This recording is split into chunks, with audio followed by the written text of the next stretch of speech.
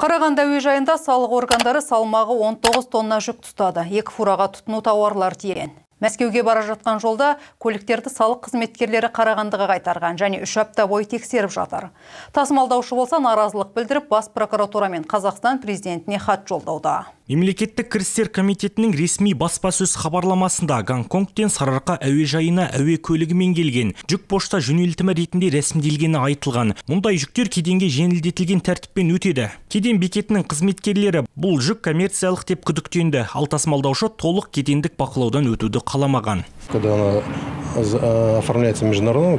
Халықаралық пошта жөнелтімдері жасалады. Бұл жағдайда бізде тек тағайындалған пошта операторларының құқығы бар. Коммерциялық пошта келгенде ол жалпы негізде жүреді.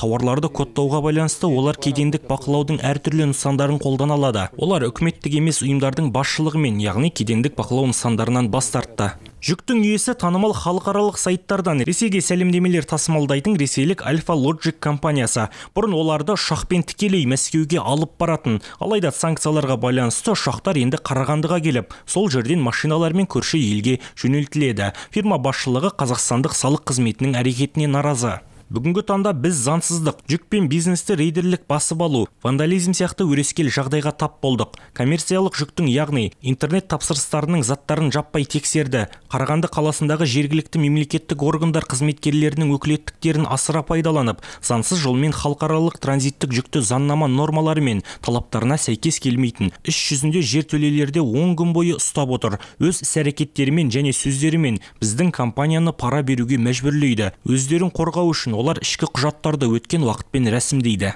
Альфа Лоджик басшылары келтірілген залалда $600 мың бағалап, бас прокуратура мен Қазақстан президентіне дейін мемлекеттік органдарға хат жазды. Олар бұрын сонды мұндай проблемалар болған емес деп сендірді. Сонымен қатар мемлекеттік кірістер басқармасы тасымалдаушыға қатысты кедендік тексеруді жалғастыруда. Материалдар экономикалық тергеу департаментіне берілді. Жандос Бақытұлы, Ирина Ненашева, Данил Заславский, 5-ші арна.